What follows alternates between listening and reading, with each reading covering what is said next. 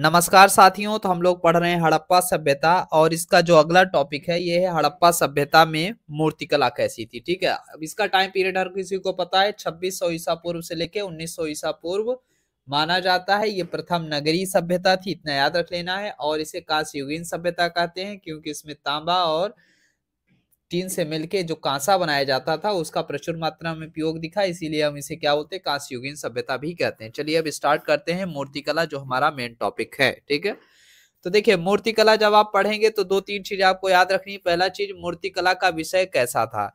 तो मूर्ति बनाने का एक पर्पज होता है, धार्मिक उद्देश्य बनाएगी कि गैर धार्मिक उद्देश्य बनाएगी, तो ये दोनों पर्पज आपको ध्यान रखना है। तो उसका विषय धार्मिक था कि गैर धार्मिक, ये आपको पता होना चाहिए। फिर दूसरी चीज, मूर्ति निर्माण की सामग्री क्या थी, है ना। मूर्ति किससे बनी थी, पत्थर की बनी थी, धातु की बनी थी या फिर मिट्टी की बनी थी। ठीक है, इतना याद रखना है।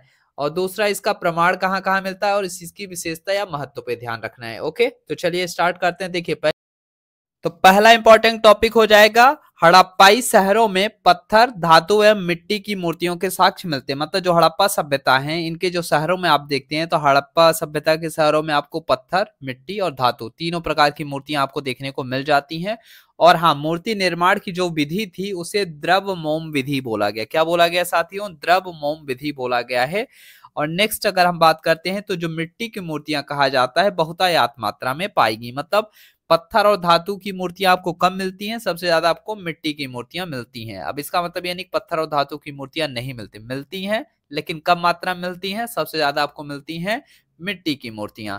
और एक बात और आपको याद रखना है, पुरुषों से अधिक महिलाओं की मूर्तियां मिली हैं, ये खास बात है, याद रखना। अगर कभी स्टेटमेंट आ जाएगा हड़प्पा सभ्यता में पुरुषों की मूर्तियां सर्वाधिक मिली हैं, नहीं, पुरुषों की अपेक्षा महिलाओं की मूर्तियां सर्वाधिक आपको प्राप्त हुई हैं। कहां से, हड़प्पा सभ्यता के शहरों से। ठीक है, जीव जंतु की भी मूर्तियां आपको देखने को मिल जाती हैं, पशु पक्षी, खिलौने और घरेलू उपकरण, जो घरेलू उपकरण होते हैं उससे संबंधित भी मूर्तियों के प्रमाण आपको मिल जाते हैं हड़प्पाई शहरों में। ठीक है, नेक्स्ट और चीज, अगला टॉपिक आप कह सकते हैं कि जो मूर्तियां थी, ये मूर्तियां प्राप्त हुई वो अनगढ़ थी। अनगढ़ मतलब कुशलता पूर्वक नहीं बनाई गई थी। मतलब जैसे आज देखते हैं, आज के टाइम में जैसे भगवान श्री राम का, जो राम जन्मभूमि का भगवान श्री राम का बाल्यावस्था वाली जो मूर्ति थी, देखिए उसको कितना बेहतरीन, है ना, कारीगर द्वारा बनाया गया था। इस तरीके के आपको नहीं देखने को मिलता। मतलब आपको दिखता है हाँ मूर्ति बना दी गई है लेकिन कुशलता पूर्वक नहीं बनाई गई है।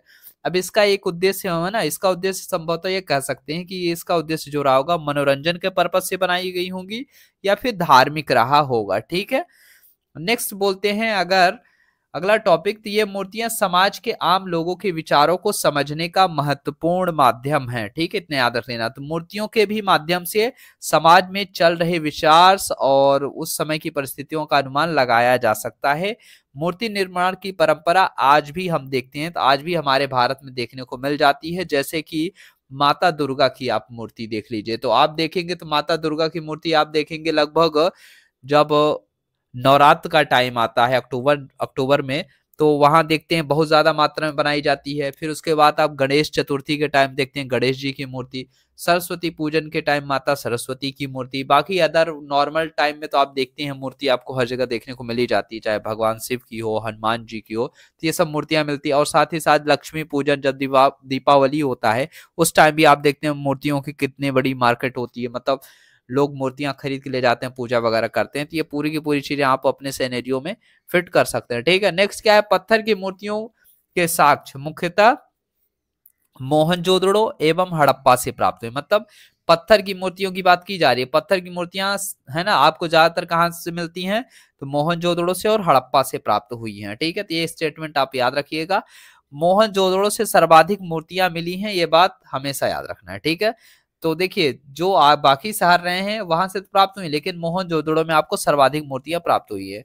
इनमें से प्रसिद्ध है दाढ़ी युक्त एक व्यक्ति की मूर्ति। आप नॉर्मली जब हिस्ट्री की बुक पढ़े होंगे तो आपको एक दाढ़ी वाला इंसान दिखा होगा, तो उसकी मूर्ति मिल जाएगी जिसमें तीन पत्तिया पैटर्न में वस्त्र धारण किया है। तो कौन सा, तिपतिया पैटर्न में वस्त्र भी धारण किया हुआ वो इंसान दिखता है और उसके पास दाढ़ी, मतलब दाढ़ी युक्त व्यक्ति है, उसकी मूर्ति आपको प्राप्त हुई दिखती है। ठीक है, इस प्रकार हड़प्पा में नृत्यरत युवक के धड़ सिर नहीं है, मतलब नित्यरत मतलब नृत्य करता हुआ व्यक्ति की भी मूर्ति मिलती है, और जिसका मतलब सर नहीं है, खाली पूरा है ना, बस शरीर बस है। ठीक है, तो उसकी भी मूर्ति मिल गई है। और नेक्स्ट आप देखेंगे तो पत्थर के साथ साथ मूर्तियों है ना, धातु की मूर्तियों के भी साक्ष्य मिलते हैं, जिसमें आप देखेंगे मोहनजोदड़ो में देखेंगे, कहां से, मोहनजोदड़ो से कांसे की नर्तकी मिली है। तो कांसे की मतलब हमने बताया ही है, कांस्य युगीन सभ्यता थी जिसमें तांबा और टिन मिला के कांसा बनाया जाता था। तो कांसे से आप देखेंगे नर्तकी के नृत्य करती हुई जो नृत्यांगना की जो आप मूर्ति देखते हैं तो वो कांसे की नर्तकी की मूर्ति है। और दैमाबाद से आप देखेंगे तो कांसे से ही इक्का गाड़ी की भी मूर्ति प्राप्त होती है। मतलब कांसे की इक्का गाड़ी आपको कहां से मिलती है, दैमाबाद से। और मोहनजोदड़ो में कांसे की नर्तकी की मूर्ति मिलती है। इन मूर्तियों के विषय को देखें तो संभवतः आम जीवन के विभिन्न पहलुओं का प्रतिनिधित्व करती है।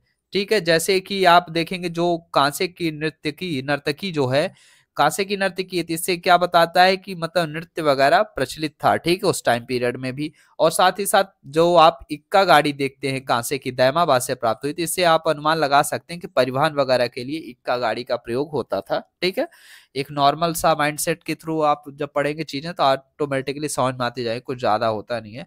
मूर्तियों के प्रमाण में सौंदर्य एवं शारीरिक अनुपात का विशेष ध्यान रखा गया। खास बात याद रखना है, जब मूर्ति बनाई जाती थी तो उसमें सौंदर्य और शारीरिक अनुपात है ना, मतलब शरीर की बनावट कैसे करनी है, ये सारी चीज मतलब कलाकार बखूबी तरीके से करते थे। ठीक है ना, याद रखना है।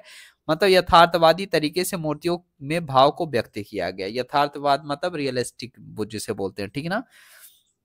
तकनीकी दृष्टिकोण से देखें तो धातु की मूर्तियों के निर्माण में द्रव मोम विधि का प्रयोग हुआ। हमने बता ही दिया है, द्रव मोम विधि का प्रयोग हुआ है।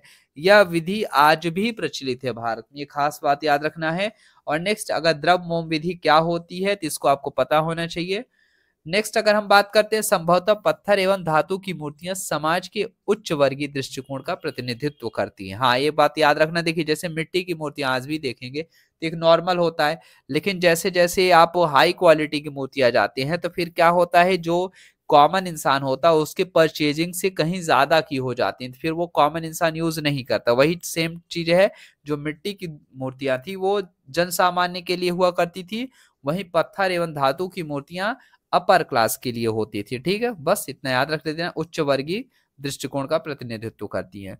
पैसे वाले लोग ही खरीद पाते होंगे, बिल्कुल। जब आप देखेंगे धातु की मूर्ति रहेगी मेटल की, अब आप सोचिए यही आप लक्ष्मी पूजन की बात करते हैं तो कुछ लोग चांदी की मूर्तियों की लक्ष्मी लाते होंगे तब पूजा करते होंगे, वहीं कुछ लोग चीनी मिट्टी की मूर्तियां ला के पूजा करते हैं, तो वहीं कुछ लोग खाली माता लक्ष्मी की फोटो लगा के ही पूजा करते हैं। पूजा तो देखिए सब कर रहे हैं, लेकिन क्या है, अंतर है मूर्तियों के लिए। कोई फोटो नॉर्मल है ना, कागज का बनी हुई फोटो ही लगा के पूजा कर ले रहा है, तो कुछ लोग मूर्ति लाते हैं चीनी मिट्टी की बनी हुई, या फिर कुछ लोग क्या करते हैं चांदी की, मेटल की लाते हैं, चांदी या सोने की मूर्तियां लाके पूजा करते हैं। बस यही है, मतलब समाज का आप देख सकते हैं, तो इस तरीके से आप वेरिएशंस कर सकते हैं। नेक्स्ट बात करते हैं, जो हड़प्पाई अपने चरम अवस्था में कब पहुंचती हैं, ये वाला सोचने वाली बात है, लेकिन हाँ प्रचलित थी, ये बात हमेशा याद रखना है आपको। और पतन के दृष्टिकोण देखें तो हड़प्पा सभ्यता का पतन कैसे हुआ, तो इसके लिए दो चीजें कही जा सकती हैं। पहला होता है क्रमिक पतन और दूसरा होता है अचानक या आकस्मिक पतन। ठीक है, क्रमिक पतन मतलब धीरे धीरे, जैसे कि पर्यावरण असंतुलन होना शुरू हो जाए। ठीक है, पर्यावरण असंतुलन होगा तो क्या होगा, भूकंप आएगा, बाढ़ आएगी, सूखा आएगा, इस तरीके का जो होगा वो पर्यावरण असंतुलन का कारण माना जाता है। ठीक है, इसे क्रमिक पतन के रूप में जाना जाता है। अचानक या आकस्मिक पतन क्या होता है, इसके लिए कहा जाता है जैसे बाढ़, बाढ़ होगा तो ये आकस्मिक पतन होगा, क्योंकि अचानक से जब बाढ़ आएगी और नदियों के किनारे ही प्रमुख हड़प्पा के जितने भी शहर थे सब नदियों के किनारे बसे थे। अब इसका रीजन यह था, व्यापार वगैरह आसानी थी, जीवन भी सुलभ था क्योंकि पानी की पर्याप्तता थी, एग्रीकल्चर भी नदियों के किनारे संभव थे, तो ये सारी चीजें। तो जब बाढ़ होगा तो नदी के मार्ग में परिवर्तन होगा, नदी के मार्ग में परिवर्तन होगा तो इंसान क्या होगा, जान और माल दोनों की हानि होगी। ठीक है, दूसरा कह सकते हैं आकस्मिक अचानक परिवर्तन में भूकंप का आना। अगर भूकंप आएगा तब भी क्या होगा, मान लीजिए उस समय के इंसान भूकंप रोधी घर ना बनाते रहे होंगे, इससे बहुत सारे लोग मरे होंगे। आगजनी जैसी चीजें हो सकती हैं।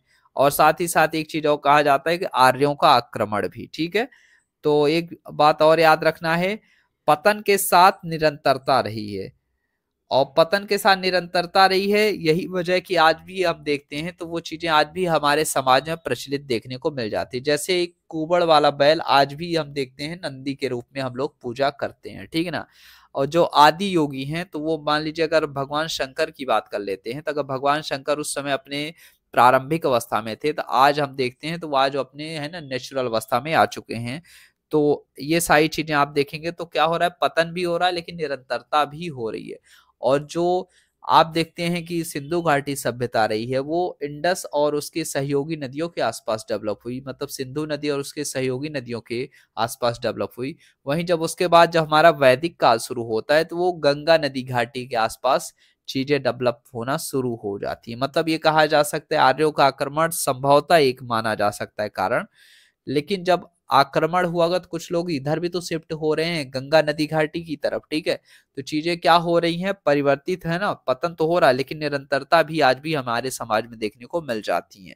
तो उम्मीद करते हैं आपको बहुत सारी चीजें समझने का थोड़ा बहुत जानकारी मिली होगी साथियों। तो मिलते हैं अपने नेक्स्ट वीडियो में, तब तक के लिए बाय बाय।